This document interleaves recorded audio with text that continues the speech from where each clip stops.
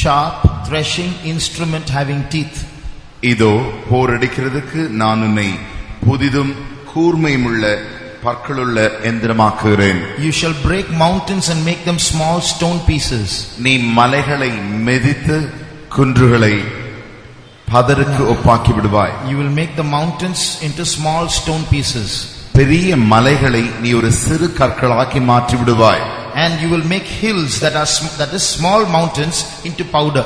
சிறிய மலைகள் அதுதான் குன்றுகள், அவைகளை நீ பதருக்கு ஒப்பாக்கி விடுவாய். And you will fan them and the wind will scatter them. நீ அவைகளை தூற்றுவாய், காற்று அவைகளை கொண்டு போய்விடும். And the whirlwind will drive it away. சுழல் காற்று அவைகளை பறக்கடிக்கும். Now there are so many things that stand as mountains before us in our life. நம்முடைய வாழ்க்கையிலும் கூட अनेक காரியங்கள் மலைகளை போன்று நின்று கொண்டிருக்கிறது. Near Guduvanjeri, our faith home, there's a mountain. குடுவாஞ்சேரியில் எங்களுடைய விசுவாச வீட்டுக்கு அருகாமையில் ஒரு மலை உண்டு. Here also there's a mountain. இங்கே கூட ஒரு மலை உண்டு. You try climbing it up and climbing down once. நாங்கள் அந்த மலை மேல் ஏறும்படி ஒரு முறை முயற்சித்து ஏறி இறங்கி வந்தோம். No.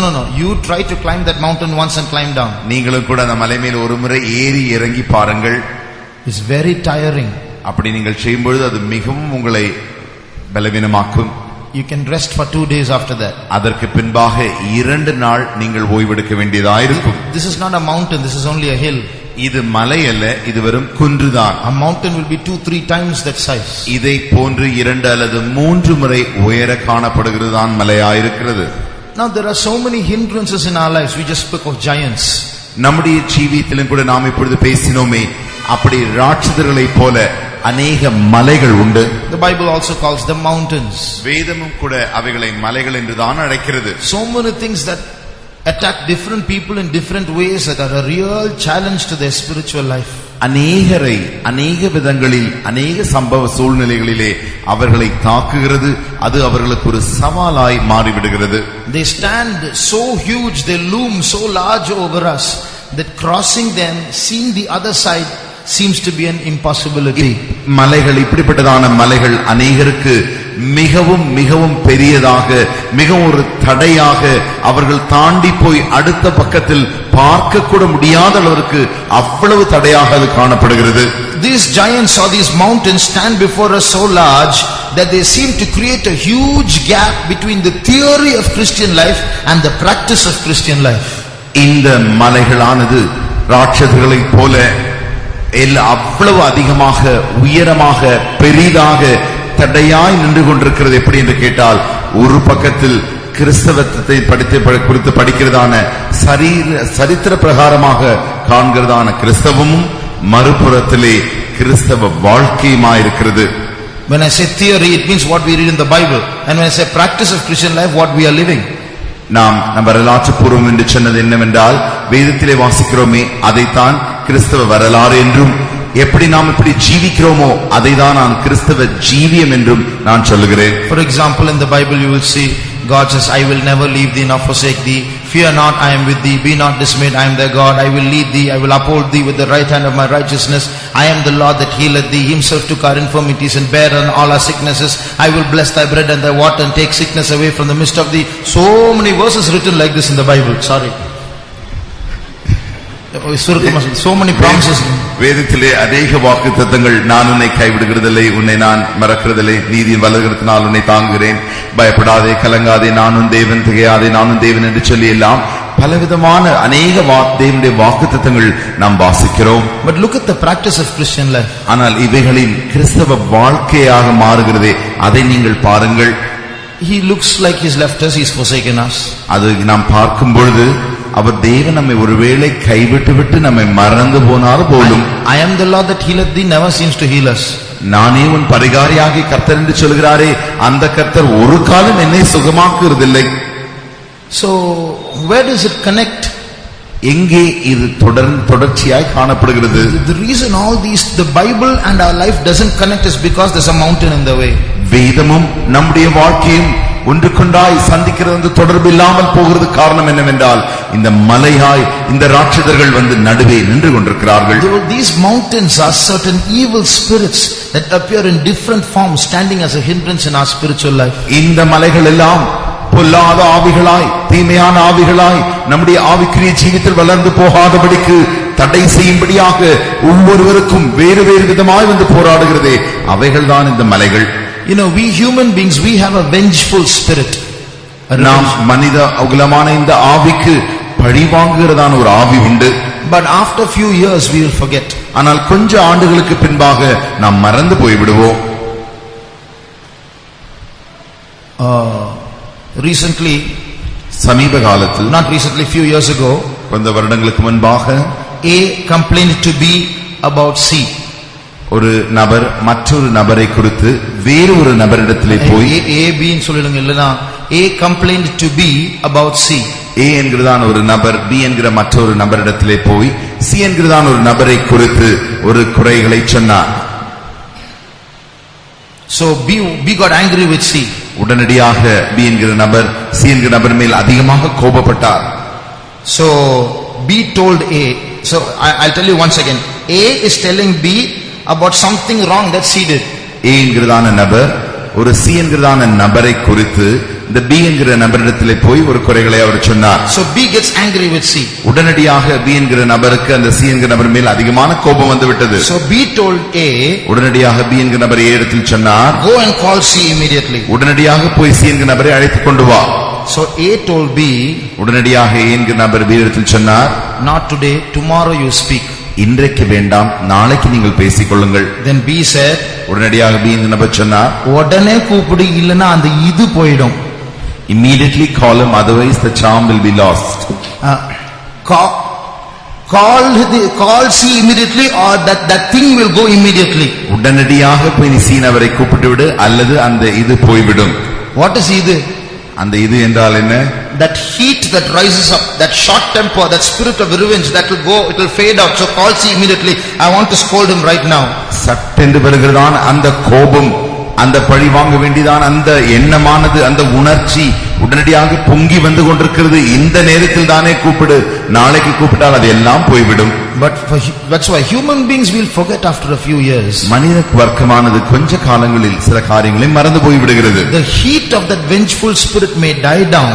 அந்த பழி வாங்குகிற ஆவியின் அந்த எழுச்சி உணர்ச்சியானது மரித்து போய்விடும். But the devil will never forget. ஆனால் பிசாசு ஒரு காலம் மறக்கிறதில்லை. When he swears vengeance, the same vengeful spirit that he had on day one will be there till he is condemned.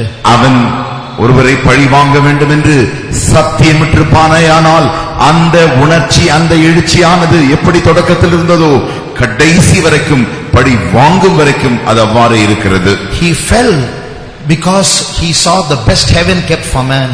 மனிதனுக்காக வைக்கப்பட்டதான அந்த விலையேற பெற்ற மிகவும் பெரிதான அந்த பரலோகத்தை அவன் கண்டபடினாலே அவன் விழுந்து போனான். He fell because he tried to grab that heaven that was only for man. மனிதனுக்காக மாத்திரமே நிச்சயிக்கப்பட்டிருந்ததான அந்த பரலோகத்தை தான் பிடித்துக் கொள்ள வேண்டும் என்று அதை அவன் ஆசை கொண்டபடினாலே விழுந்து போனான். The day he fell, he swore, I didn't get it, I will see to it that man doesn't get it also. அவன் விழுந்த நாளில் தானே அவன் இவ்வாறு சத்தியம் செய்தான், எனக்கு அது கிடைக்கவில்லை, இந்த மனிதனுக்கும் அது கிடைக்க கூடாது. From that day he stands before a mountain in various forms, preventing man from reaching his destination in heaven.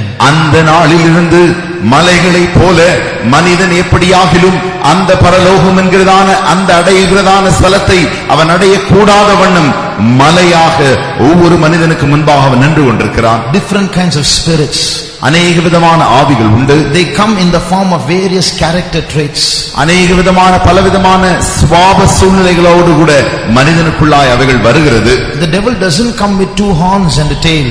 ஒரு பிசாசானவன் இரண்டு கொம்புகளோடு ஒரு வாளோடு கூட அவன் வருகிறதில்லை. He comes invisibly. அவன் நம்ம அதர்சனமாகவே வந்து கொண்டிருக்கிறான். He comes through situations. சூழ்நிலைகளின் மூலமாக அவன் வருகிறான். He works through human beings. மனிதர்களின் மூலமாகவே அவன் கிரியை செய்கிறான். He tries to captivate us and pull us down. அவன் எப்படியாக நம்மை அடிமையாக்கி கீழே தள்ளும்படி அவன் முயற்சித்துக் கொண்டே இருக்கிறான். There are so many things that we can call as mountains. அநேக காரியங்களை நாம் மலைகள் என்று அழைக்கலாம். I have listed out a few. I'll read them all together once and then read them one by one and explain them in one word. நான் எல்லாவற்றையும் மொத்தமாக உங்களுக்கு வாசித்துவிட்டு பின்பு ஒன்றன் பின் ஒன்றாக எவைகளெல்லாம் மலைகள் என்று அழைக்கப்படுகிறது என்று நான் வாசிக்கிறேன். I'll read them in English, then we'll see it one by one. ஆங்கிலத்திலே நான் முழுவதுமாக வாசித்து பின்பு ஒன்றன் பின் ஒன்றாக நாம் அதை காண்போம். What I'm reading is not a comprehensive list, it's only a few. நான் வாசிப்பதெல்லாம் அப்படியே எல்லா காரியமும் அடங்கினதான் அல்ல, ஏதோ அவைகள் ஒன்று இரண்டு மாத்திரமே. ஒன்று இரண்டு இல்ல, ஒரு சில மாத்திரமே. Procrastination, time gobblers, spiritual blindness, jesting, worldliness, earthly mindedness, unbelief, fear, sleep, laziness, pride, lasciviousness, lies, backbiting, tale bearing, pessimism, false religion, philosophies, vain traditions, fornication, gossip, fashions, rebellion, implacability, ignorance, worldly knowledge, sickness, debt, anger, hatred, bitterness, entertainment, wrong doctrines, carnal affections, worldly friendship, intoxicating foods, gambling, love of money, cheating, stealing, bribery, injustice, mocking, backsliding, casteism, linguistic feelings, religious fanaticism, accidents, death, loneliness, condemnation, depression, suicide, blasphemy, worldly music, hero worship, cosmetics, gluttony, fights, despising others, carelessness, complacency. These are only a few. இவைகளெல்லாம் ஒரு சிலவைகளே. Now I'll read them one by one and explain what it is. ஒன்றன் பின்னாக நான் வாசித்து இவைகளை நான் விவரிக்க விரும்புகிறேன். When you go to Kuno, Nilgiris, நீங்கள் நீலகிரி மாவட்டத்தில் இருக்கிறதான குன்னூர் என்கிற பகுதிக்கு போவீர்கள் என்றால் you can see the mountains from Mettupalayam station. அங்கே நீங்கள் மேட்டுப்பாளையம் ரயில் நிலையத்தில் காணப்படுகிறதான எல்லா மலைகளையும் உங்களால் பார்க்க முடியும். But all you can see is one stretch of mountains starting from there and growing up and then ending somewhere there. நீங்கள் பார்த்தீர்கள் என்றால் ஒரு மலை எங்கேயோ ஆரம்பித்து ஏதோ ஒரு பக்கத்தில் முடிகிறது போல் இருக்கும். But when you go up there, ஆனால் நீங்கள் அதற்கு மேலாய் அந்த மலை மேல் போகும்போது it's a huge set of mountains and mountains and mountains going on for kilometers. நீங்கள் பார்த்தீர்கள் என்றால் அநேக மலைகள் அநேக கிலோமீட்டர் தூரம் போகிறதான அளவிற்கு அவ்வளவு நீண்ட மலைகளாய் காணப்படும். So all that I read out to you now is like a range of mountains standing before you. இப்பொழுது நான் வாசித்தவைகள் எல்லாம் நீங்கள் நின்று பார்க்கிறதான அந்த மலை தொடர்ச்சியை போல காணப்படும். We can explain so much about each of these, but I'll just tell them in one word each. ஒவ்வொன்றையும் குறித்து நாம் மிகவும் அதிகமாக படிக்க முடியும், ஆனால் ஒவ்வொன்றையும் குறித்து நான் ஒரு வார்த்தை மாத்திரம் சொல்ல விரும்புகிறேன். Procrastination, that means the devil deliberately makes us delay in taking decisions. தாமதப்படுத்துதல் என்ன அப்படி என்றால் பிசாசானவன் வேண்டுமென்றே நம்முடைய தீர்மானங்களை எடுப்பதற்கு நம்மை தள்ளிக்கொண்டே தாமதப்படுத்த செய்கிறான். Deliberate delaying, வேண்டுமென்றே தாமதம் செய்தல். Secondly, இரண்டாவதாக gobbling of time, time gobblers, நேரத்தை விழுங்குபவர்கள். Like our cell phones, computers, video games, internet, these all gobble hours of our time. நம்முடைய செல்போன்களும் நம்முடைய கம்ப்யூட்டரும் நம்முடைய இன்டர்நெட்ல நாம் செய்கிறதான வேலைகள் எல்லாம் நம்முடைய நேரங்களை அநேக மணி நேரங்களை அப்படியே விழுங்கி போட செய்கிறது. Spiritual blindness, ஆவிக்குரிய குருட்டாட்டம். No matter what is preached, you can't understand anything, nothing gets into your head, there is no enlightenment about heaven. என்னதான் பிரசங்கித்தாலும் சரி, அதை குறித்து எனக்கு ஒன்றும் விளங்குகிறதில்லை, எனக்குள்ளே மனமானது பிரகாசமே இல்லாத அந்த நிலவரம். Jesting or joking, கேலி செய்வது.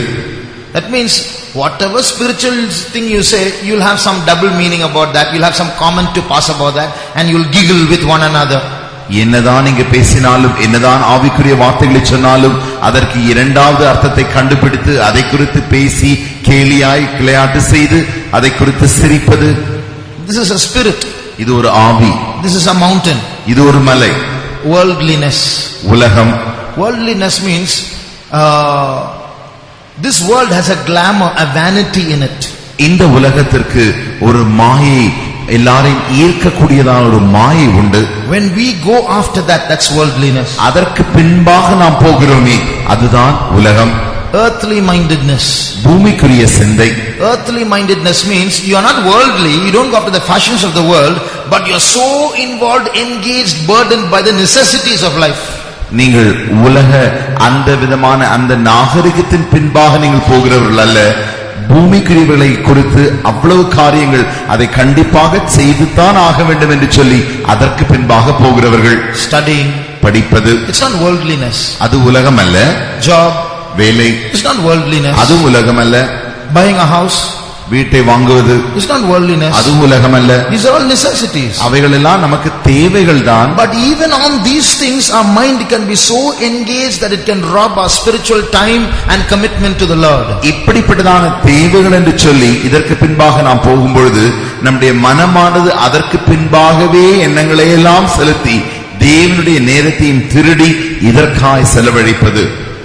So earthly mindedness, பூமிக்குரிய சிந்தை. next, அடுத்தபடியாக unbelief, அவிசுவாசம். whatever God speaks, என்னதான் தேவன் பேசினாலும் from within always a question will come countering it. உடனடியாக நமக்குள்ளிருந்து அவர் என்னதான் அந்த வார்த்தைகளை பேசினாலும் அதற்கு மாறாக எதிர்ப்பதமாக ஒரு கேள்வி எழும்புகிறதே. How can that pastor say like that? எப்படி அப்படி அந்த பாஸ்டர் சொல்ல முடியும்? How do I know that is true? அது சத்தியம்தான் என்று எனக்கு எப்படி தெரியும்? It may be false after all. அதற்கு பின்பாக அது பொய்யாகவும் இருக்கலாம். How do I know God is there? தேவன் இருக்கிறார் என்று எப்படி எனக்கு தெரியும்? How do I know that the Bible is true? வேதம் தான் சத்தியம் என்று எனக்கு எப்படி தெரியும்? How do I know God will heal me? எப்படி தேவன் என்னை சுகமாக்குவார் என்று எனக்கு தெரியும்?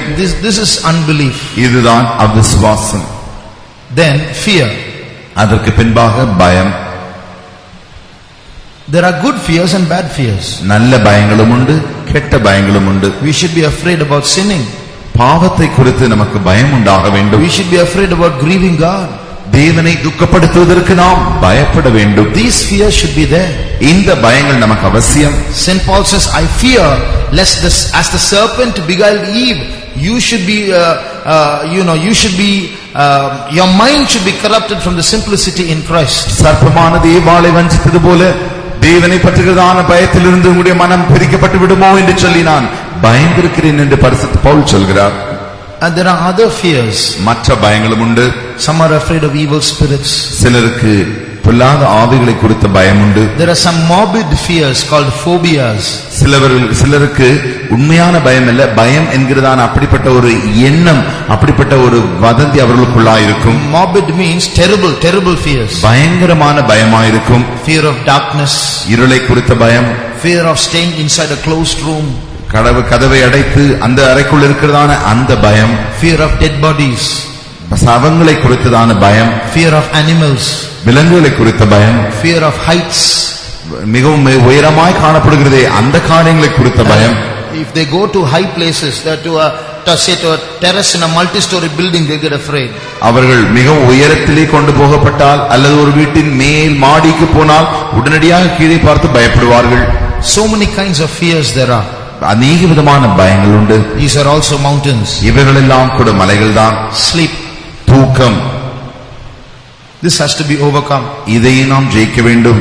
Sleep will come not when talking, not when eating, not when working, but when praying and reading the Bible. நாம் பேசும் பொழுது தூக்கம் வராது, சாப்பிடும் பொழுதும் தூக்கம் வராது, நன்றாக வேலை செய்யும் பொழுதும் தூக்கம் வராது, ஆனால் ஜெபிக்கும் போது மாத்திரமே தூக்கம் வரும். While conducting some prayers in some places, சில இடங்களில் ஜெபங்களை நடத்தும் பொழுது sometimes we see people sleeping continuously. சில நேரங்களில் சிலர் தொடர்ச்சியாக தூங்கிக் கொண்டே இருப்பார்கள். And I'll suddenly tap the mic. நான் உடனடியாக என்னுடைய மைக்கை நன்றாக இப்படி தட்டுவேன். Look to your left, look to your right. If there's anyone sleeping, wake them up. யாராவது உங்களுக்கு வலது புறத்திலோ இடது புறத்திலோ தூங்கினால் அவர்களை எழுப்புங்கள் என்று சொல்வேன். Then they are woken up. இப்பொழுது அவர்கள் எழுப்பப்பட்டிருக்கிறார்கள். And after 2 minutes they go back to sleep. 2 நிமிடத்திற்குள்ளாய் உடனடியாக தூங்கி மறுபடியும் தூங்கி விடுவார்கள். I'll try to talk loudly like this, but still they are asleep. மைக்கில் நான் இப்படி சத்தமாக பேச முயற்சிப்பேன் என்றாலுமோ அவர்கள் நன்றாக தொடர்ச்சியாய் தூங்கிக் கொண்டிருப்பார்கள். But when the prayer is over and amen is said, suddenly they awake. ஜெபம் முடித்து ஆமென் என்ற வார்த்தை சொன்ன மாத்திரத்தில் அவர்கள் முடித்து விடுவார்கள். I wonder where does that come from? எங்கே இருந்து வருகிறது என்று எனக்கு ஆச்சரியமாயிருக்கும். Sudden vigil, that sudden awakening. திடீரென்று சட்டென்று முழித்து விடுவார்கள். They don't sleep after that. அதற்கு பின்பு தூங்க மாட்டார்கள். So that's a mountain. அது ஒரு மலை. Laziness, சோம்பல்,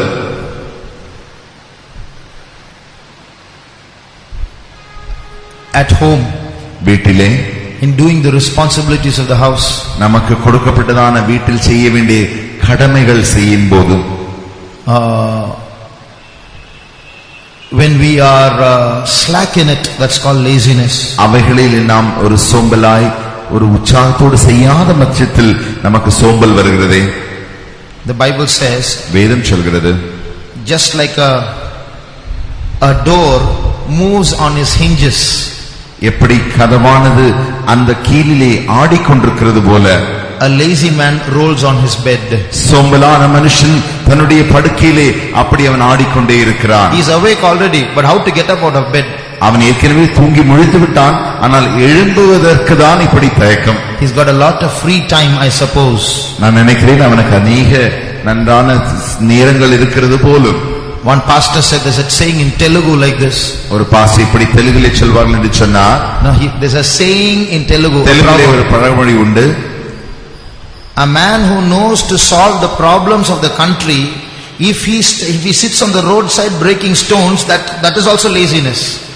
ஒரு மனிதன் உலகத்திலே இருக்கிறதான பெரிய பிரச்சனையை தீர்க்கக்கூடிய அளவிற்கு அவனுக்கு திறன் இருக்குமானால் அவன் அதை செய்யாமல் ஒரு சாலையின் முலையிலே உட்கார்ந்து கொண்டு ஒரு கல்லை அவன் அடித்துக் கொண்டிருப்பாரேயானால் அதுவும் ஒரு சோம்பல் தான் என்று சொன்னார்.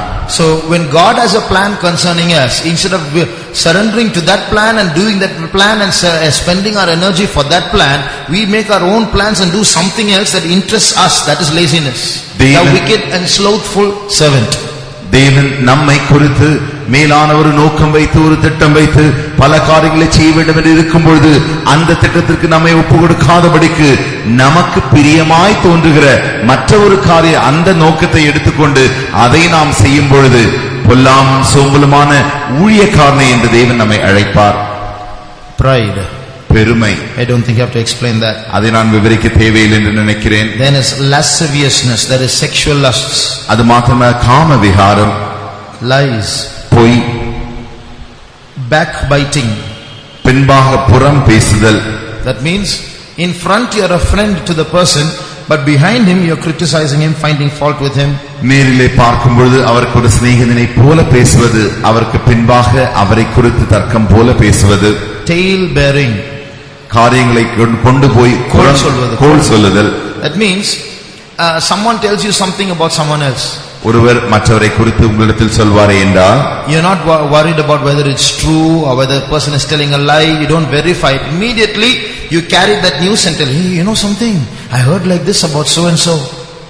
ஒருவர் நம்மிடத்தில் மற்றொரு நபரை குறித்து சொல்வாரே என்றால் உடனடியாக அந்த காரியம் உண்மைதானா, அப்படிதான் நடந்திருக்குமா என்றெல்லாம் நாம் அறியாதபடிக்கு ஓடி போய் மற்றொரு நபரிடத்திலே உங்க வாங்க உங்களுக்கு ஒன்று தெரியுமா, இப்படி அவர்களை பற்றி சொன்னார்கள் என்றெல்லாம் நம்ம இடத்தில் சொல்லுவோம். That's tale bearing.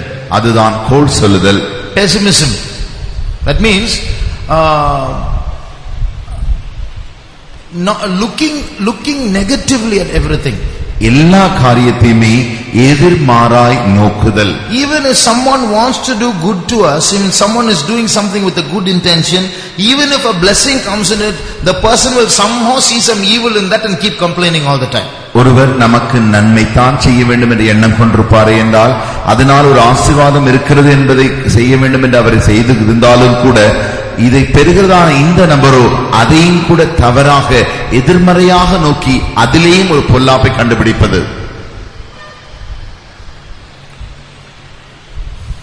One lady, she was growing potatoes in her farm.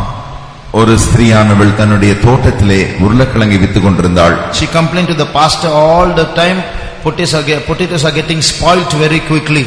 அவள் பாஸ்டரிடத்திலே குறையாக சொன்னாள், பாஸ்டர் எப்பொழுது நான் இந்த உருளைக்கிழங்கை கொண்டு வந்தாலும் அவைகள் எப்பொழுது அதி சீக்கிரத்தில் இந்த தோட்டத்தில் கெட்டு போய் தான் விடுகிறது என்று சொன்னாள். Then pastor prayed and the next year she had all good potatoes, no spoiled potatoes. அடுத்த வருடம் அவர் அந்த பாஸ்டர் உடனடியாக ஜெபித்தார். அடுத்த வருடத்தில் தானே அந்த ஸ்திரீயின் தோட்டத்திலே அவளுக்கு திரட்சியான நல்ல உருளைக்கிழங்கு கிடைத்தது. Then she went and complained, pastor, all the potatoes are good, there's no spoiled potatoes to feed the pigs. இப்பொழுது அவளுடைய குறை என்னவென்று கேட்டால், பாஸ்டர் இப்பொழுது எனக்கு எல்லாமே நல்ல உருளைக்கிழங்காக கிடைத்து விட்டது, பன்றிகளுக்கு போடும்படி எனக்கு கெட்ட உருளைக்கிழங்களே கிடைக்கிறது என்று சொன்னாள். So if you have bad potatoes, you complain because there's no good potatoes. If you get good potatoes, you complain because there are no bad potatoes. நல்ல உருளைக்கிழங்கு வளர்ச்சி வருமானால் கெட்ட உருளைக்கிழங்கு இல்லை என்று சொல்லி குறை சொல்லுவார். கெட்ட உருளைக்கிழங்கு வருமானால் நல்ல உருளைக்கிழங்கு இல்லை என்று சொல்லி குறை சொல்லுவார். That's pessimism. அதுதான் அப்படி எதிர்மறையாய் பேசுவது. False religions. துருபதேசங்கள். False religions. துர்மதங்கள், கெட்டுப்போன மதங்கள், தவறான மதங்கள். Anything outside of the truth. எதுமே சத்தியத்திற்கு மாறான காரியங்கள். Even within Christianity there are false religions. கிறிஸ்தவ மதத்திற்குள்ளாகவே தவறான மதங்கள் உண்டு. Then there are vain philosophies. அநேக தத்துவங்கள் உண்டு. வீணான தத்துவங்கள் உண்டு. There are good philosophies, there are vain philosophies. நல்ல தத்துவங்களும் உண்டு, வீணான தத்துவங்களும் உண்டு. Then vain traditions. மாயையான பாரம்பரியங்கள். There are good traditions that we have to keep. நல்ல பாரம்பரியங்கள் நாம் கடைக்கொள்ள வேண்டியதான பாரம்பரியங்கள் உண்டு. Getting up early in the morning to praise God is a good tradition. சீக்கிரத்தில் அதிகாலையில் எழுந்து தேவனை துதிப்பது என்பது ஒரு நல்ல பாரம்பரியம். Coming early for service is a good tradition. கர்த்தருடைய ஆராதனைகளுக்கு சீக்கிரமாய் வருவது ஒரு நல்ல பாரம்பரியம். There are bad traditions also. அதே நேரத்தில் கெட்ட பாரம்பரியங்களும் உண்டு. Those are destructive. அவைகள் அழிக்கக்கூடியவளாய் இருக்கின்றன. There are some things which belong to Hinduism which we borrow in Christianity. சில காரியங்கள் இந்து மதத்திற்கு சொந்தமானவைகள், அவைகளை நாம் கிறிஸ்துவ மதத்திற்குள்ளாய் கொண்டு வந்திருக்கிறோம். For example, உதாரணமாக first birthday, முதல் பிறந்த நாள். There's nothing in the Bible about that. அதை குறித்து வேதத்தில் ஒன்றுமே எழுதப்படவில்லை. There's nothing in the Bible about birthday itself. பிறந்த நாட்களை குறித்தே வேதத்தில் எதுவும் எழுதப்படவில்லை. There are only two people in the Bible who celebrated their birthdays. வேதத்திலே தன்னுடைய பிறந்த நாட்களை கொண்டாடின இரண்டு பேரை குறித்து தான் வேதத்தில் வாசிக்கிறோம். One is Pharaoh, the other is Herod. ஒன்று பார்வோனும் இரண்டாவது ஏரோதும். Both are a type of the devil. இரண்டுமே பிசாசின் ஒரு பகுதியாய் இருக்கிறது. In both their birthdays one person died. அவர்களுடைய இரண்டு பேருடைய பிறந்த நாளிலுமே ஒரு மனிதன் செத்து போனான். In Pharaoh's birthday, who died? பார்வோனின் பிறந்த நாளில் மரித்தது யார்? The baker died. சுயம்பாகி மரித்து போனான். And in Herod's birthday, John the Baptist died. ஏரோதின் பிறந்த நாளிலே யோவான் ஸ்நானகன் மரித்து போனான். They are the only two people in the Bible who celebrated their birthdays. இந்த வேதத்திலே பிறந்த நாட்களை கொண்டாடின மொத்தமான இரண்டு பேரும் இவர்கள்தான். Jesus did not even mention his birthday in the Bible. Without itself we are celebrating his birthday. இயேசு தன்னுடைய பிறந்த நாட்களை குறித்து வேதத்தில் ஒரு காலம் ஒரு இடத்திலும் சொல்லப்படவே இல்லை. என்றாலும் நாம் அந்த பிறந்த நாளை கொண்டாடி கொண்டிருக்கிறோம். We look for a chance to celebrate. If he had put his date, we don't know what would have happened. எப்படியாகிலும் அதை நாம் கடைபிடித்து விட வேண்டும் என்று சொல்லி கொண்டாடும்படியா முயற்சிக்கிறோம். வேதத்தில் மாத்திரம் அவருடைய பிறந்த தேதி குறிக்கப்பட்டிருக்குமானால் நாம் என்னெல்லாம் செய்திருப்போம் நமக்கே தெரியாது. Then while going into a house, entering into a new house, some people boil milk. Where did that come from? Where is it in the Bible? புது வீட்டு கிரக பிரவேசம் செய்யும் பொழுது அவர்கள் உடனடியாக அங்கே பால் காய்ச்சுவார்கள். அதை குறித்து எங்கே வேதத்தில் எழுதப்பட்டிருக்கிறது? It's borrowed. அது வேறு இடத்திலிருந்து வாங்கப்பட்டிருக்கிறது. All those things need not be made big. அதையெல்லாம் பெரிய காரியமாக செய்ய வேண்டிய அவசியமே இல்லை. Holding a big function when a girl comes of age. ஒரு சின்ன பெண்ணானவள் அவள் ஸ்திரீயாக மாறும் பொழுது உடனடியாக அந்த வீட்டிலே ஒரு பெரிய விருந்து அமைக்கப்படுகிறது. That's not Christianity. அது கிறிஸ்தவ மதம் அல்ல. There are things that we can avoid. அந்த காரியங்களை நாம் தவிர்க்க முடியும். After that, அதற்கு பின்பாக fornication, விபச்சாரம், gossip, மற்றவர்களை குறித்து பேசுவது. Gossipனா வதந்தி பேசுவது. Unnecessary conversation. Just 2 or 3 people, friends get together. You don't have to say, let's talk on such and such a topic. Automatically topic will come. 2-3 பேர் ஒன்றாக சேர்ந்து வருவார்கள் என்றால் இந்த தலைப்பில் இன்றைக்கு நாம் பேச போகிறோம் என்று சொல்லி பேச மாட்டார்கள். தேவையில்லாமல் என்னென்ன வருகிறதோ அதையெல்லாம் பேசி விடுவார்கள். 3 பேர் கூடுனா போற தானா டாபிக் வரும். If 3 people have gathered, automatically it will come. And it won't be one topic. It will be one topic per minute. அது ஒரு தலைப்பிலே இருக்காது. அந்த ஒரு நிமிடத்திற்கு பல தலைப்புகளை உடையதாக இருக்கும். So the topic will go on changing. That's called gossip. தலைப்பானது மாறிக்கொண்டே இருக்கும். அதுதான் வதந்தி பேசுதல். So that is one mountain that has to be removed. அதுவும் கூட ஒரு மலைதான், அதுவும் பெயர்க்கப்பட வேண்டும். I lost the page.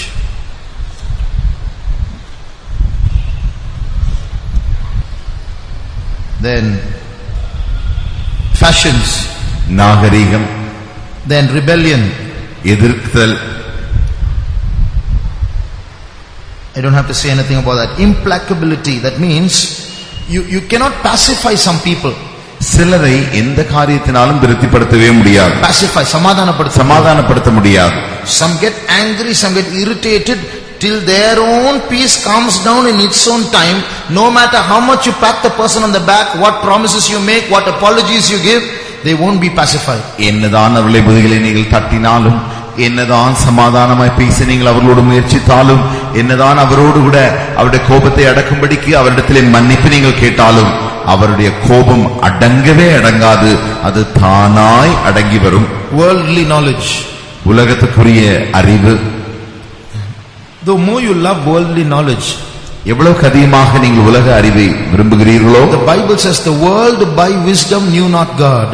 உலகம் தன்னுடைய அறிவினாலே தேவனை அறியவில்லை என்று வேதம் சொல்கிறது. If you are not strong spiritually, your love or lust for worldly knowledge can take you away from God. நீங்கள் ஆவிக்குரிய ஜீவியத்திலே அதிகமாக ஸ்திரமாய் இல்லாத பட்சத்திலே நீங்கள் பூமிக்குரிய உங்களுக்கு இருக்கிறதே அந்த அறிவு, அந்த அதன் மேலே வாஞ்சிக்கிறதான உங்களுடைய வாஞ்சை, ஆசை, இச்சைகள் எல்லாம் தேவனை விட்டு கொண்டு போய்விடும். I'm not saying you shouldn't study. நீங்கள் படிக்க கூடாது என்று நான் சொல்லவில்லை. But if you have a craving for that, அதை எப்படியாயிலும் படித்து விட வேண்டும் என்று அப்படி ஒரு தாகம் வருகிறதே, that is wrong. அது தவறு. Sickness, வியாதி. some people are sick from childhood. They inherit their diseases from the parents. சிலர் குழந்தையிலிருந்து வியாதிப்பட்டு விடுகிறார்கள். அவருடைய பெற்றோரிடத்திலிருந்து அவர்களுக்கு வியாதி வந்து விடுகிறது. That's a mountain. அதுவும் ஒரு மலைதான். Debt, கடன், anger, கோபம், hatred, வெறுப்பு, bitterness, கசப்பு,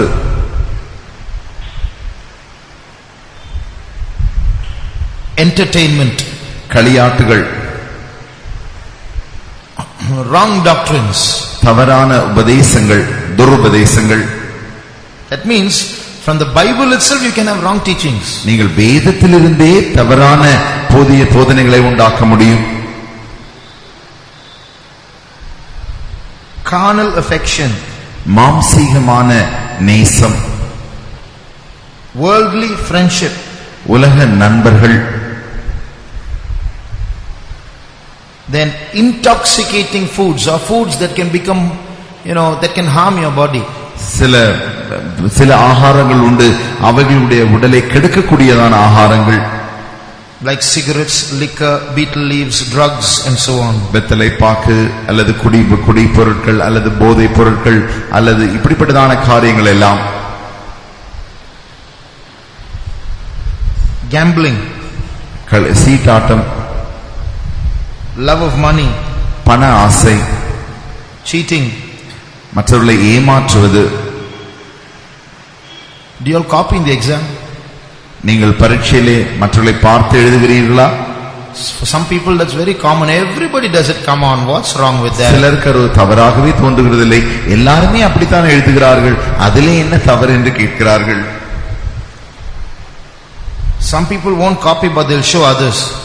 சிலர் அதற்கு மற்றவர்களை பார்த்து எழுத மாட்டார்கள், ஆனால் தான் எழுதுகிற பதிலை மற்றவர்களுக்கு காட்டுவார்கள். That's also wrong. அதுவும் தவறுதான். Stealing, திருடுவது. even if it's 50 paisa, it's stealing. 50 பைசாவை நீங்கள் மற்ற இடத்திலிருந்து திருடினாலும் எடுத்தாலும் அதுவும் திருடுதான்.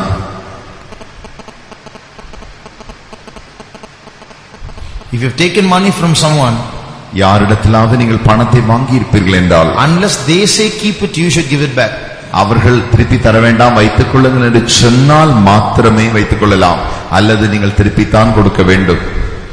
Bribery, லஞ்சம் கொடுப்பது, லஞ்சம் வாங்குவது.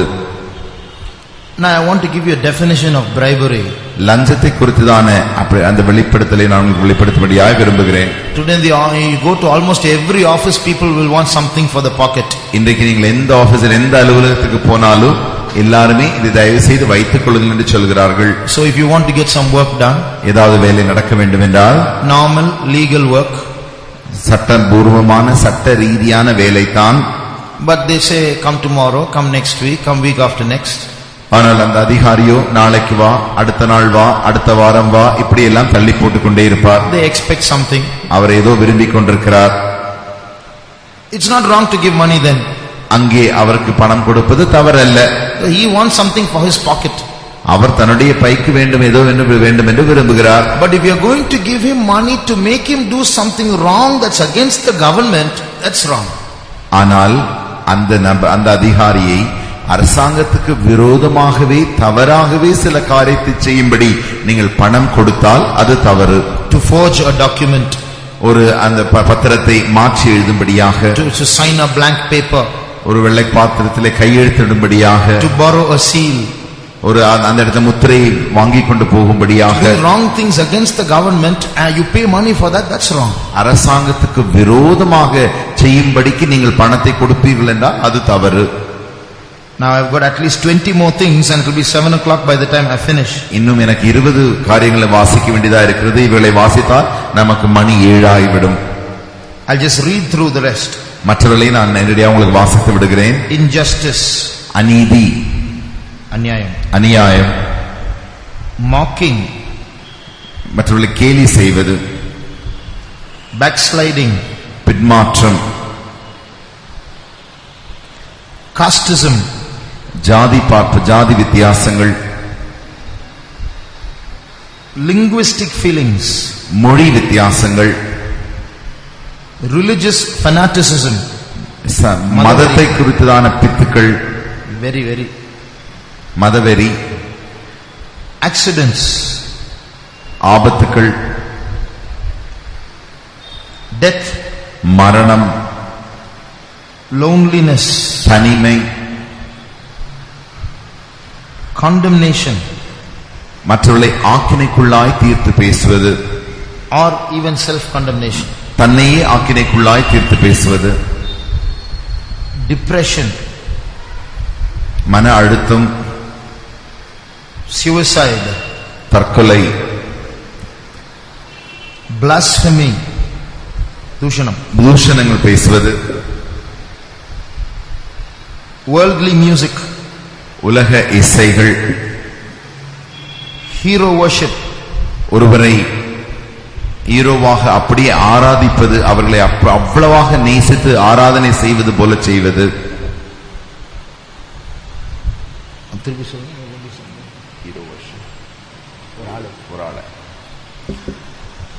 cosmetics, அலங்கரித்தல்,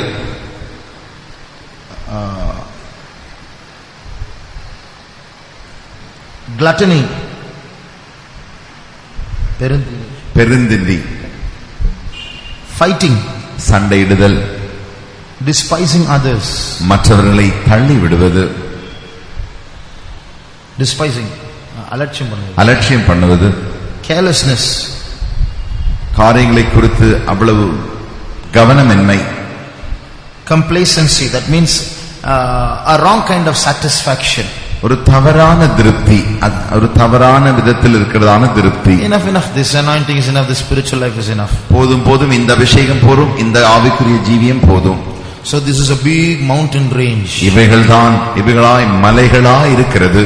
but God is saying, ஆனால் தேவன் சொல்கிறார், I'll make you a new sharp threshing instrument having teeth.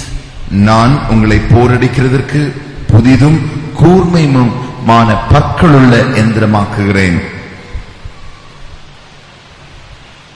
Whom is he telling? யாரிடத்தில் சொல்கிறார்? He is telling in the previous verse, fear not the worm Jacob.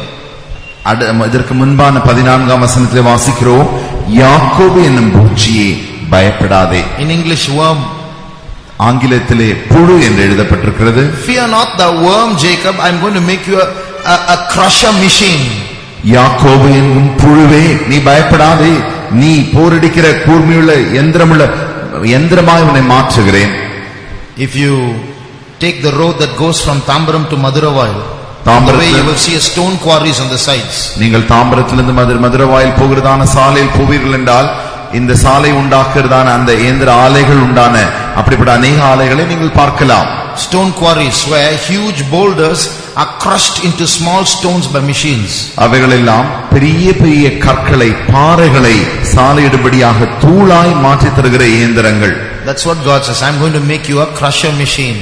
அப்படித்தான் தேவன் சொல்கிறார், அப்படிப்பட்ட இயந்திரங்களாய் நான் உன்னை மாற்றப் போகிறேன். First you see the word new. அங்கே நீங்கள் புதிது என்கிறதான வார்த்தையை பார்க்கிறீர்கள்.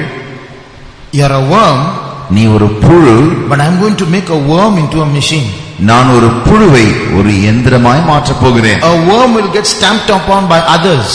ஒரு புழுவானது மற்றவர்களால் மிதிக்கப்படக்கூடியதா இருக்கிறது. A worm can do nothing against a mountain. ஒரு மலைக்கு விரோதமாக இந்த புழுவால் ஒன்றும் செய்ய முடியாது. But I'm going to make you a crusher machine. ஆனால் நான் அந்த மலையை குன்றாய் நொறுக்கக்கூடிய அந்த இயந்திரமாய் உன்னை மாற்றப் போகிறேன். First you are new. முதலாவது நீ புதிதா இருக்கிறாய். A new machine will work well, no repair. புதிதான இயந்திரமானது நன்றாக வேலை செய்யும், பழுதொன்றும் இராது. That means you will go on crushing without any setbacks. You don't have to stay aside for maintenance. நீ தொடர்ச்சியாக மற்றது மிதித்துக் கொண்டே இருப்பாயே தவிர ஒரு காலம் நீ உன்னை புதிதாக்கிக் கொள்ளும்படியாக ஒரு இடத்திலே தள்ளி வைக்கப்பட மாட்டாய். This nowadays we need sanctification meeting every now and then. We have to be on for repair, for maintenance. இந்த நாட்களிலே நாம் பார்க்கிறது போல அநேக முறை நமக்கு சுத்திகரிப்பு கூட்டம் தேவையாயிருக்கிறது. நம்மை சரி செய்து கொள்ளும்படியாக அப்படிப்பட்ட கூட்டங்கள் நாம் வைக்கிறோம்.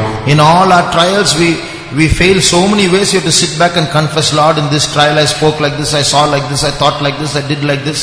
So many I did this and did that. We have to confess, and our life is under repair. But for a new instrument that won't be. நம்முடைய ஜீவியத்திலே சோதனைகள் வரும்பொழுது எல்லாம் அந்த சோதனை தோற்று போய் ஆண்டவரே இதனால் இப்படி நடந்தது, அதனால் இப்படி நடந்து, இப்படி நான் நினைத்தேன், அப்படி நினைத்தேன் என்று சொல்லி எல்லாம் தேவனிடத்திலே வந்து நம்மை பழுது பார்த்து சரி செய்து கொள்ள வேண்டியதா இருக்கிறது. ஆனால் புதிதான இயந்திரத்திற்கு ஒரு பழுதும் இல்லை. Next you're going to be a sharp instrument. இரண்டாவதாக கூர்மையான இயந்திரமாய் இருக்க போகிறாய். You can crush quickly, get a lot of work done quickly. அநேக வேலைகளை நீ அதி சீக்கிரத்தில் கூர்மையா இருக்கிறபடினாலே அப்படி நொறுக்கி விடுவாய். You don't have to fast for 40 days at a stretch to drive out a demon from your house. உன்னுடைய வீட்டில் இருக்கிறதான பிசாசை துரத்தும்படியாக நீ 40 நாட்கள் உபவாசிக்க வேண்டிய அவசியம் இல்லை. Within a few minutes it will be done. கொஞ்ச நிமிடங்களுக்குள்ளாய் அவைகள் அப்படி நடந்துவிடும். Next, அடுத்தபடியாக you are going to be a threshing instrument. நீ ஒரு பற்களுள்ள இயந்திரமாய் இருக்க போகிறாய். No. பற்களுள்ள இயந்திரம். I'm going to make you a new sharp threshing instrument. பற்களுள்ள இயந்திரம். It's written threshing instrument. That means it's a crushing instrument. அது பற்களுள்ள இயந்திரம் என்றால் இங்கிலீஷ்ல having teeth ன்னு தனியா வருது. இது threshing instrument means it's a crushing instrument. அது நொறுக்கக்கூடிய இயந்திரம் என்று ஆங்கிலத்தில் நாம் வாசிக்கிறோம். That's right. So this instrument is meant for crushing. இந்த இயந்திரமானது நொறுக்கும்படியாகவே செய்யப்பட்டது. That means God calls us for the very purpose of crushing. I'm going to make you that instrument. நொறுக்கும்படியாகவே அந்த திட்டத்திற்காகவே தேவன் நம்மை அழைத்திருக்கிறார், நொறுக்கக்கூடிய இயந்திரமாக. So called for the purpose of crushing. நொறுக்கக்கூடியதான இயந்திரமாக தேவன் உங்களை அழைத்திருக்கிறார். So many spirits are increasing. அநேக ஆவிகள் பெருகிக் கொண்டே போகிறது. So many people are being captivated by these spirits. இந்த ஆவிகளால் அநேக ஆத்மாக்கள் அடிமையாய் கொண்டு போகப்பட்டிருக்கிறது. We want to live spiritual lives, they are coming and disturbing us also. நாம் ஆவிக்குரிய ஜீவியத்தில் வாழ வேண்டும் என்று விரும்புகிறோம், நம்மையும் கூட அவைகள் வந்து தொந்தரவு செய்கிறது. So God has decided. ஆகையினாலே தேவன் யோசித்தார், these mountains have been standing for too long. இந்த மலைகள் அநேக காலமாய் நின்று கொண்டிருக்கிறது. So I am going to make worms into machines. இப்பொழுது நான் ஆகையினாலே இந்த புழுக்களை இயந்திரமாய் மாற்றப் போகிறேன். I am going to make them threshing machines. அவைகளை நான் நொறுக்குகிற இயந்திரமாய் மாற்றப் போகிறேன். I am calling them for that very purpose. அந்த நோக்கத்திற்காகவே நான் அவைகளை அழைக்கிறேன். Not only that, அது மாத்திரமல்ல, I am going to make them threshing instruments having teeth. பற்களுள்ள நொறுக்குகிற இயந்திரமாய் மாற்றப் போகிறேன். What does having teeth show? பற்களுள்ள என்றால் என்ன? Made for the purpose. அதற்கு நோக்கத்திற்காகவே உருவாக்கப்பட்டவைகள். Threshing shows called for the purpose. நொறுக்குதல் என்றால் அந்த நோக்கத்திற்காய் அழைக்கப்பட்டது. Having teeth means made or formed for the purpose. பற்களுள்ள என்றால் அதற்காக உருவாக்கப்பட்டது. So in all our trials, எல்லா சோதனை மத்தியிலேயும் we may think we are failing. நாம் தோற்றுக் கொண்டிருக்கிறோம் என்று நாம் நினைக்கலாம். Don't condemn yourself. நீங்கள் ஒரு காலம் உங்களை நீங்கள் குற்றப்படுத்த வேண்டாம். God is making you. தேவன் உங்களை உருவாக்கி கொண்டிருக்கிறார். God is creating teeth in your spirit. உங்களுடைய ஆவிக்குள்ளாய் தேவன் பற்களை உண்டாக்கி கொண்டிருக்கிறார். And they are sharp teeth. அவைகள் கூர்மையான பற்கள். And they are teeth that can bite mountains. அந்த பற்களால் மலைகளை கடித்து போட முடியும். They can make mountains into small stones. பெரிய மலைகளை அவைகள் சிறு கற்களாய் மாற்ற They முடியும். can make hills into powder. குன்றுகளை எல்லாம் சிறு மலைகளை எல்லாம் தூர்களாய் மாற்ற முடியும். This shows different powers in the anointing. இவைகள் தான் அபிஷேகத்தின் பலவிதமான வல்லமைகளை வெளிப்படுத்துகிறது. So these spirits that come up against our life, நம்முடைய ஜீவியத்துக்கு விரோதமாக வருகிற இந்த ஆவிகள், God is going to give us the power to bite them and bite them and bite them and destroy them. தேவன் அவைகளை நாம் கடித்து கடித்து கடித்து அவளை அழிக்கும்படியாக நம்மை உருவாக்கி கொண்டிருக்கிறார். Not only that, அது மாத்திரமல்ல, when they become small enough, அவைகள் மிகவும் சிறிதாய் மாறின பொழுது God will give us another power. தேவன் மறுபடியுமாக வேறொரு வல்லமை நமக்கு தருவார். We are going to fan them. அவைகளை நாம் தூற்றி விடுவோம். When we fan them, அவைகளை தூற்றும் பொழுது they will scatter. அவைகள் அப்படியே பறந்து போகும். So today one spirit may have gone out, 8 spirits will come against us. இன்றைக்கு ஒரு ஆவியை துரத்தி ஓடிவிடும், அது போய் 8 ஆவிகளாய் நம்மிடத்துக்கு விரோதமாக வரும். And we are going to bite each of those 8 spirits. அந்த 8 ஆவிகளையும் நாம் கடித்து போடுகிறோம். And we are going to fan them that those 8 are not going to be together. அவைகளை நாம் தூற்ற போகிறோம். அவைகள் இனிமேல் ஒன்றாக இருக்க போகிறதே இல்லை. So when we fan them, a wind will come and scatter them. That's what the Bible says. வேதம் சொல்கிறது, நாம் அவைகளை தூற்றுவோம், ஒரு சுழற் காற்று வரும், அவைகள் சிதறடித்து அப்படியே போய்விடும். Not only that, அது மாத்திரமல்ல, a whirlwind will come and drive them away. சுழற் காற்று வந்து அவைகளை பறக்கடிக்கும். Where will that whirlwind come from? எங்கிருந்து இந்த சுழற் காற்று வருகிறது? Not from heaven. பரலோகத்திலிருந்து அல்ல. Bible says thou shalt fan them. வேதம் சொல்கிறது, நீ அவைகளை தூற்றுவாய். He is going to come from heaven but from within us. அது பரலோகத்திலிருந்து தான் வரப்போகிறது என்றாலுமோ அது நம்மிலிருந்து வெளியாய் வரப்போகிறது. What does that mean? அதன் அர்த்தம் என்ன? We are not just going to scatter them. அவைகளை நாம் அப்படியே பறக்கடிக்க போகிறதில்லை. We are going to drive them away till they can never assemble together anywhere. மறுபடியுமாக அவைகள் எங்குமே திரும்பவும் ஒன்றாய் கூட முடியாத அளவிற்கு நீங்கள் அவைகளை பறக்கடிக்க போகிறீர்கள். They have to go and inhabit places where there are no human beings. மனிதமே இல்லாத, மனித குலம் இல்லாத அப்படிப்பட்ட இடத்திற்கு அவைகளை நீங்கள் பறக்கடிக்க போகிறீர்கள். They have to go into the jungles, into the deserts, into the sea.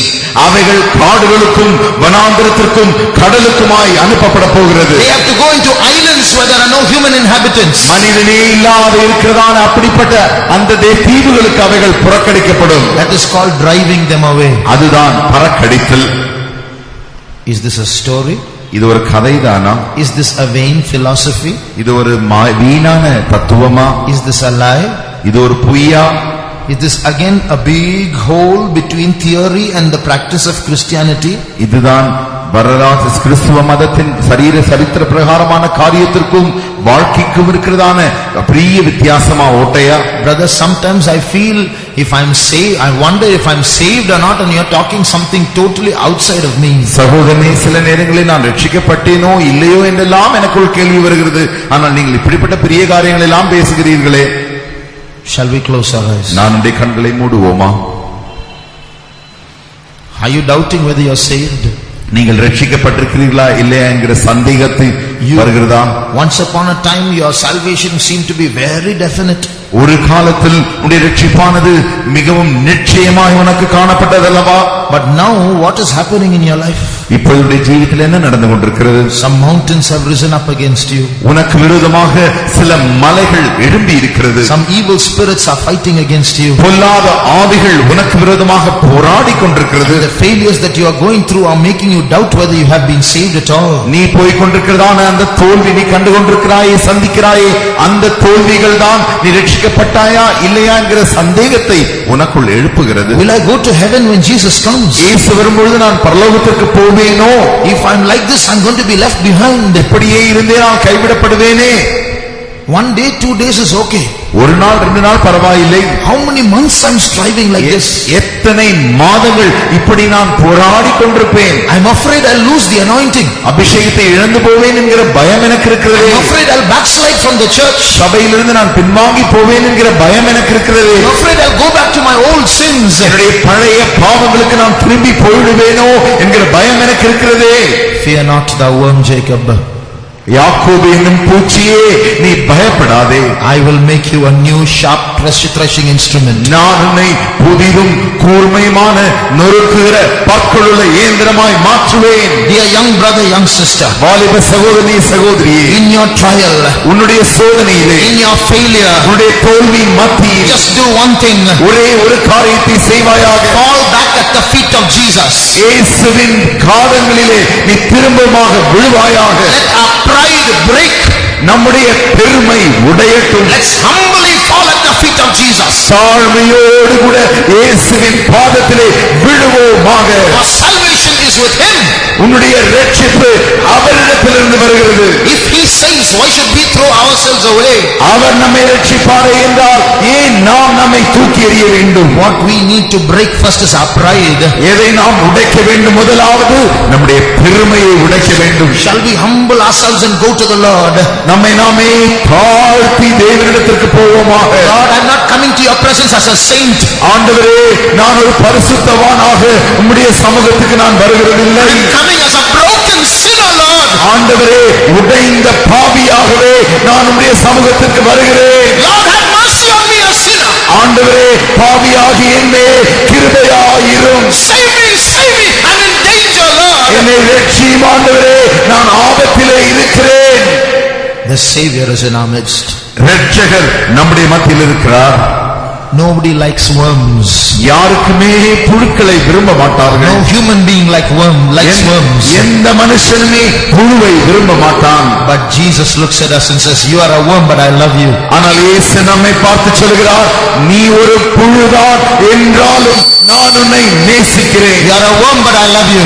நீ ஒரு புழுதான், நான் உன்னை நேசிக்கிறேன். Not only that, அது மாத்திரமல்ல, though you are a worm, I'm going to change you.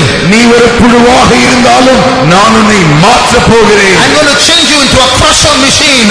நான் உன்னை நொறுக்குகிற இயந்திரமாய் மாற்றப் போகிறேன். Look at that spirit which is now crushing you. உன்னை நொறுக்கி கொண்டிருக்கிற அந்த ஆவியை நோக்கி பார்ப்பாயாக. Your anointing is gone. உன்னுடைய அபிஷேகம் போய்விட்டது. Your faith is gone. உன்னுடைய விசுவாசம் போய்விட்டது. Your prayer life is gone. உன்னுடைய ஜெப ஜீவியமும் போய்விட்டது. Your ministry is gone. உன்னுடைய ஊழியமும் Your போய்விட்டது. joy of salvation has gone. உன்னுடைய இரட்சிப்பின் சந்தோஷமும் போய்விட்டது. You seem to have lost your calling. உன்னுடைய அழைப்பை நீ இழந்து விட்டபடியினாலே. But fear not, thou worm Jacob.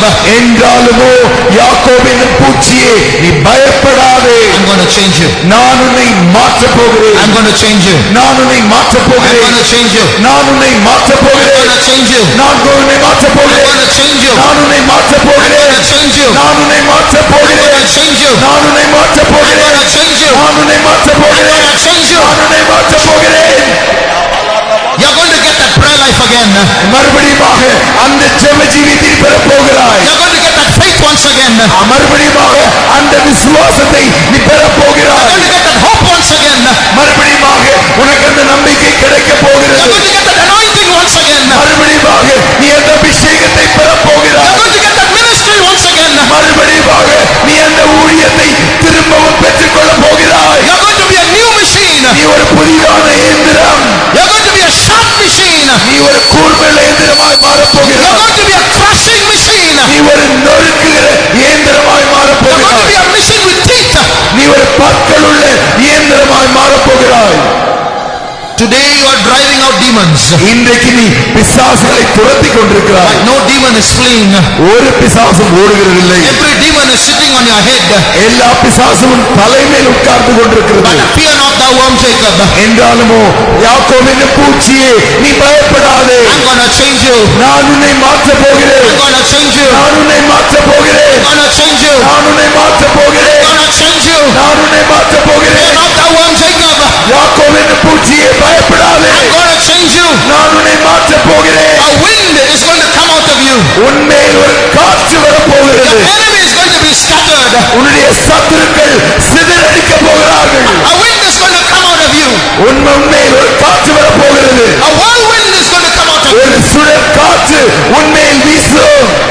Those enemies that are sitting on your head, உன்மேல் உன் தலையின் மேல் உட்கார்ந்திருக்கிற சத்துருக்கள், that enemies that are sitting in your mind, உன் மனதிலே உட்கார்ந்திருக்கிற அந்த சத்துருக்கள், that enemy that is sitting in your eyes, உன்னுடைய கண்களிலே உட்கார்ந்திருக்கிற அந்த சத்துருக்கள், enemy that is sitting in your tongue, உன்னுடைய நாவிலே உட்கார்ந்திருக்கிற சத்துரு, that enemy that is sitting in your heart, உன்னுடைய இதயத்தில் உட்கார்ந்திருக்கிற சத்துரு, you're going to fan them away. நீ அவர்களை தூற்ற போகிறாய். They're going to be scattered. அவைகள் சிதறடிக்க பறக்கடிக்க போகிறது. You're going to drive them out of the country. அவைகளை நீ தேசத்திலிருந்தே புரட்டி விட போகிறாய். They have to flee to the Andaman Islands. அவைகள் தீவுகளுக்கு ஓடி போக போகிறது. They have to run to the jungles. அவைகள் காடுகளுக்குள்ளாய் ஓட போகிறது. They have to go to the Indian Ocean. அவைகள் அந்த கடலுக்குள்ளாய் ஓட போகிறது. Shamankara Sampura Mankala Banyantuna. Give room to the anointing now. இப்பொழுது அபிஷேகத்திற்காக இடம் கொடுங்கள். The God of Jacob is with us. யாக்கோபின் தேவன் நம்மோடு கூட இருக்கிறார். The God of worms is with us. புழுக்களின் தேவன் நம்மோடு கூட இருக்கிறார். Let the Spirit of the Lord move upon these waters. இந்த ஜலத்தின் மேலே ஆவியானவர் அசைவாடுவாராக. நான் பேசுகிற இந்த வார்த்தைகள் are the words of God. இவைகள் தேவனுடைய வார்த்தைகள். These words that I speak, நான் பேசுகிற இந்த வார்த்தைகள், they have fire in them.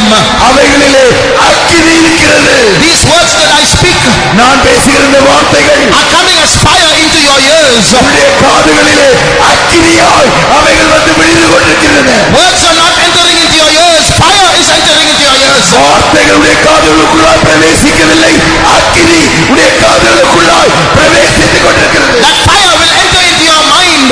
அந்த அக்கினி உடைய மனதிலே பிரவேசிக்கிறது. That fire will enter into your eyes. அந்த அக்கினி உடைய கண்களுக்குள்ளாய் பிரவேசித்துக் கொண்டிருக்கிறது. Fire will enter into your spirit. அந்த அக்கினி உடைய ஆவிக்குள்ளாய் பிரவேசித்துக் That கொண்டிருக்கிறது. fire will enter into your heart. அந்த அக்கினி அந்த உனக்குடைய இதயத்துக்குள்ளாய் பிரவேசிக்கிறது. That fire will enter into your body. அந்த அக்கினி உடைய சரீரத்திற்குள்ளாய் பிரவேசிக்கிறது. Shamahankara Basabaliya Mankara. வல்லமைகள் குறைந்து போவதில்லை, உங்க உயிர்த்தெழுந்த மகிமை மாறவில்லை. உங்க வல்லமைகள் குறைந்து போவதில்லை, உங்க உயிர்த்தெழுந்த மகிமை மாறவில்லை. இயேசுவா உங்க நாமத்துக்கு அற்புதங்கள் நடந்தது. இயேசுவா உங்க நாமத்துக்கு அற்புதங்கள்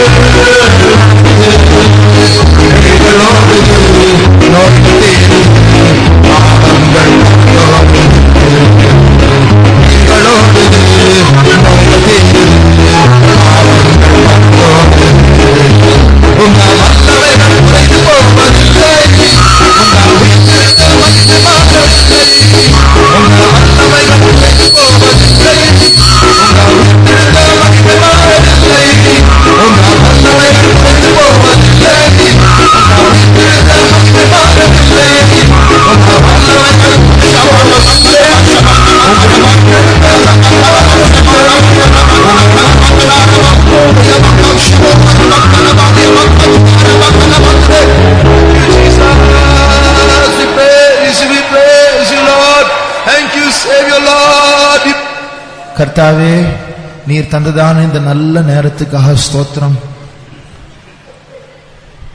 ஆபிரகாமுடைய சரீரம் செத்து போனது, சாராளுடைய கர்ப்பம் செத்து போனது. ஆனால் ஆபிரகாம் அந்த 2 சாவையும் பார்க்கவில்லை.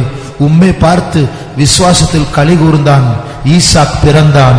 அதுபோல நம்பிக்கை இல்லாத சூழ்நிலைகளில் செத்து போன ஆவிக்குரிய நிலவரத்தில் நாங்கள் எல்லாரும் இருந்தாலும் ஆண்டவரே, நாங்கள் அந்த செத்து போன சூழ்நிலையை பார்க்காமல் நாங்கள் உயிர்ப்பிக்கிற உம்மை நோக்கி பார்க்கிறோம். அவரை நோக்கி பார்த்தவர்கள் பிரகாசம் அடைந்தார்கள். அவருடைய முகங்கள் வெட்கப்பட்டு போனதில்லை. ஆண்டவரே, எங்களுடைய கண்கள் இரட்சகராகிய உம்மேல் மாத்திரம் பதிந்திருக்கட்டும். ஆண்டவரே, வந்திருக்கிற வாலிபர்களை ஆசீர்வதித்து பலப்படுத்தி நடத்தும். நீரே வழிகாட்டியாயிருந்து கடைசி வரைக்கும் முற்றுமுடிய ரட்சிக்கிறவராயிருந்து எங்களுக்கு நீர் வாக்கு பண்ணின ஜெயத்தை காண உதவி செய்ய வேண்டும்.